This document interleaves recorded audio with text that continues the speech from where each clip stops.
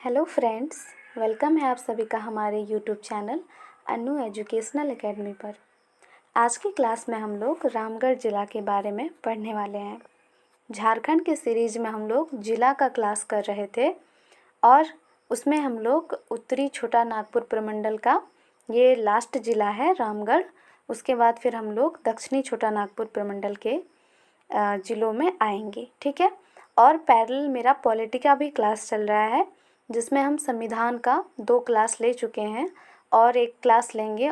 वैसे तो संविधान मतलब पूरा पढ़ना है इंडियन पॉलिटी में, तो उसके लिए कितना दिन लगेगा ये तो अभी नहीं कह सकते, लेकिन और एक कुछ इम्पॉर्टेंट पॉइंट्स का क्लास लेंगे और उसमें समझाएंगे कि अनुच्छेद, भाग और अनुसूची क्या होता है। और बाकी नेक्स्ट दिन हम लोग प्रस्तावना का क्लास करेंगे, ठीक है फ्रेंड्स। तो पॉलिटी का भी आप लोग क्लास कीजिए। इसमें हम लोग रामगढ़ ज़िला के बारे में पढ़ते हैं बिना टाइम वेस्ट किए। तो आप लोग नए हैं तो मेरे चैनल को सब्सक्राइब कर दीजिएगा, लाइक कर दीजिएगा, शेयर कर दीजिएगा। तो चलिए स्टार्ट करते हैं रामगढ़ ज़िला के बारे में। जिस तरह हम लोग हर ज़िला को डिटेल्स में कवर किए थे, आज रामगढ़ ज़िला को भी डिटेल्स में कवर करने वाले हैं। तो पहला पॉइंट हम लोग देखते हैं इसमें कि रामगढ़ ज़िला पूरे झारखंड में जितने ज़िले हैं उसमें क्षेत्रफल के हिसाब से सबसे छोटा ज़िला है, ठीक है। झारखंड का सबसे छोटा ज़िला कौन सा है? तो रामगढ़ है। देखिए क्षेत्रफल इसका 1341 स्क्वायर किलोमीटर है। नेक्स्ट, झारखंड का सबसे आखिरी ज़िला यही है, मतलब सबसे लास्ट में इसका गठन हुआ है, ठीक है। हजारीबाग से ये 12 सितंबर 2007 को टूट के बना है, ठीक है। खूंटी भी 2007 में है, बट अगर डेट में भी गिने तो ये सबसे लास्ट हो जाएगा, ठीक है। चलिए ये दोनों पॉइंट हो गए। उसके बाद हम लोग देखते हैं इसमें कितने ब्लॉक हैं, कितने अनुमंडल हैं, कितने विधानसभा हैं, विधानसभा क्षेत्र, और ये इसमें लोकसभा है या फिर ये किसी दूसरे लोकसभा क्षेत्र के अंतर्गत आता है। तो ये हजारीबाग लोकसभा क्षेत्र के अंतर्गत आता है। 6 ब्लॉक है, देखिए गोला, चितरपुर, दुलमी, रामगढ़, पतरातू और मांडू। उसके बाद विधानसभा क्षेत्र 2 है, रामगढ़ और मांडू। अनुमंडल एक ही है, वो है रामगढ़, ठीक है। और इसका हेड क्वार्टर भी रामगढ़ ही है, रामगढ़ का हेड क्वार्टर रामगढ़ ही है। आगे हम लोग देखते हैं रामगढ़ राज्य की थोड़ा स्थापना देख लेते हैं। रामगढ़ जिला कैसे बनता है वो तो देखना ही है, बट रामगढ़ राज्य हुआ करता था उस टाइम, ठीक है, और वो चीज़ हम लोग देखते हैं। तो सबसे पहले नागवंशी शासन चल रहा था। थोड़ा सा हम हिस्ट्री पे जाते हैं इसका। वैसे तो हम जब पढ़ाएंगे शासक के बारे में, जो छोटे छोटे शासक थे, जैसे कि चेरो का शासन, रामगढ़ राज्य का शासन, पलामू का शासन, ठीक है। तो अभी फ़िलहाल इसका थोड़ा ओवरव्यू दे देते हैं। तो रामगढ़ में मतलब पहले पूरा झारखंड यानी छोटा नागपुर वाला क्षेत्र में नागवंशियों का शासन था, ठीक है। तो नागवंशियों का शासन था। फिर इन्हीं के दरबार में 2 व्यक्ति थे, एक थे बागदेव सिंह और सिंहदेव सिंह, दोनों भाई थे। इसी शासक उस टाइम था यदुनाथ शाह, उदयनाथ शाह था, ठीक है। और फिर उन्होंने जो है इन लोगों को मतलब कहीं पे विद्रोह दबाने के लिए भेजा और इन लोगों ने दबाया विद्रोह। और फिर इनकी जो डील हुई थी कि विद्रोह दबाने के बाद आपको इतना रकम दिया जाएगा, जो कि वो नागवंशी राजा के द्वारा दोनों को नहीं दिया गया।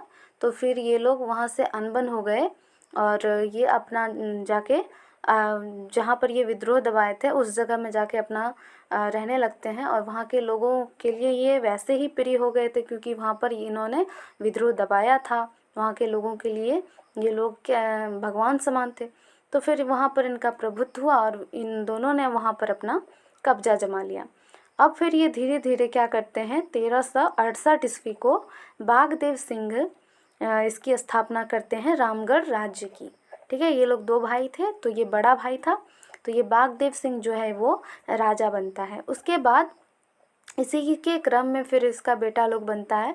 इसी के क्रम में रामगढ़ राज्य का जो आखिरी राजा होता है, आखिरी स्वतंत्र राजा होता है, वो होता है मुकुंद सिंह, ठीक है।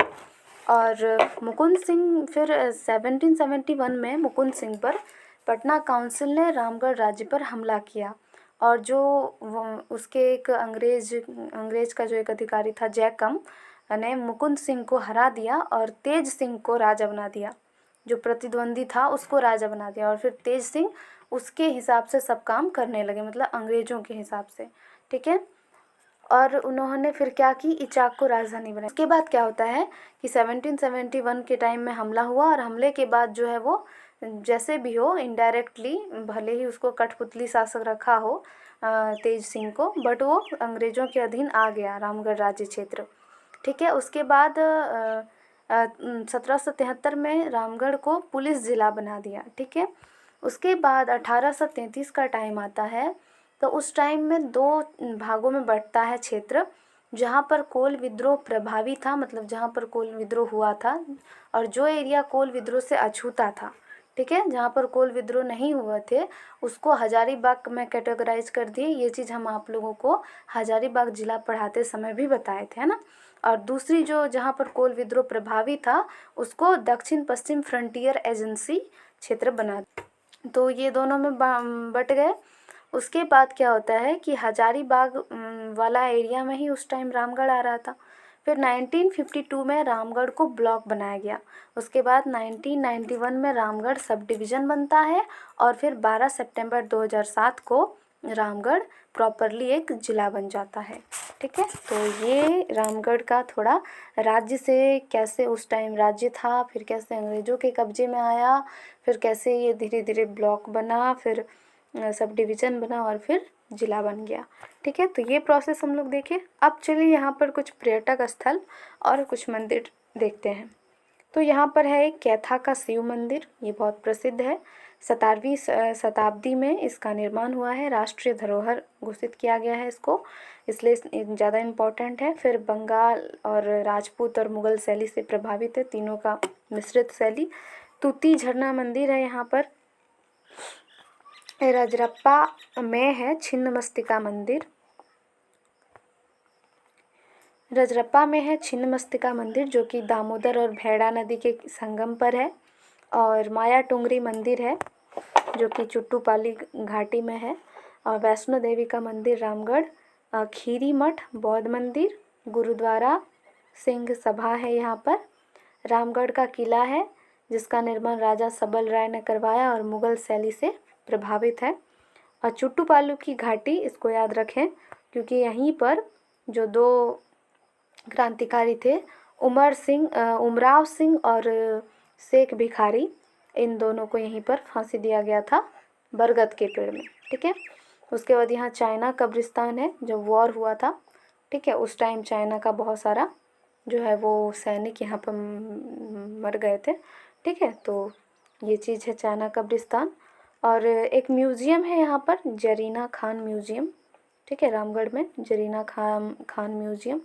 वाटरफॉल है निमी वाटरफॉल जो कि भदानी नगर, अभी इसका नाम है भुरकुंडा, भुरकुंडा पुराना नाम था, भदानी नगर अभी है। तो वहाँ पर है निमी वाटरफॉल। और एक है घुरघुरिया वाटरफॉल जो कि शेरभुखी जगह का नाम है, वहाँ पर है। और भुरकुंडा में ही एक बहुत बड़ा ग्लास का फैक्ट्री है, बहुत ही इम्पोर्टेंट है question, Indo Asahi glass factory, ठीक है, एशियाई नहीं है, असाई है, ठीक है, इस चीज़ को आप लोग ध्यान रखेंगे। उसके बाद यहाँ पर एक कॉलेज है महिला इंजीनियरिंग कॉलेज, ठीक है, यहाँ पर एक कॉलेज है महिला इंजीनियरिंग कॉलेज जो कि रामगढ़ गोला में है, ठीक है। नदियाँ यहाँ की भैरवी है, दामोदर है, ठीक है। प्रमुख खनिज जो है वो कोयला, चूना पत्थर, क्वार्ट्ज़, फायर क्ले और फेल्सेफर यहाँ का जो है वो खनिज है। और यहाँ पर एक डैम भी है, पतराटू डैम, ठीक है। उसके बाद कुछ इम्पोर्टेंट पॉइंट देखेंगे। तो 1857 के विद्रोह के समय रामगढ़ बटालियन का हेडक्वार्टर रांची में था, ठीक है। और जिस टाइम विद्रोह हुआ था 1857 का, और रामगढ़ काउंसिल की स्थापना जो है वो 1941 में। पूरे झारखंड में एक ही छावनी बोर्ड है, वो है आपकी रामगढ़ छावनी बोर्ड। और झारखंड में एक लौता कैंप है रामगढ़ कैंप। 1940 में 53 कांग्रेस का अधिवेशन जो हुआ था, 53वें कांग्रेस का अधिवेशन वो रामगढ़ में हुआ था। और अध्यक्ष कौन थे इसके, तो अबुल कलाम आज़ाद। और इसके विरोधी एक मतलब जब कांग्रेस से सुभाष चंद्र बोस जी का अनबन हो गया था, तो फिर वो एक अपनी अलग अधिवेशन वहाँ पर रामगढ़ में ये किए थे, समझौता विरोधी अधिवेशन। ठीक है, और इसका अध्यक्ष जो है वो सुभाष चंद्र बोस जी थे। तो बहुत ही कम समय में हम रामगढ़ ज़िला को अच्छे से कवर कर दिए हैं। सारा इम्पोर्टेंट पॉइंट रामगढ़ ज़िला के बारे में कवर हो गया है। आई होप आप सभी को क्लास अच्छी लगी होगी। तो चलिए मिलते हैं एक नई ज़िला के साथ झारखंड के सीरीज़ में। तब तक के लिए धन्यवाद। और क्लास अच्छी लगी होगी तो लाइक शेयर सब्सक्राइब ज़रूर कर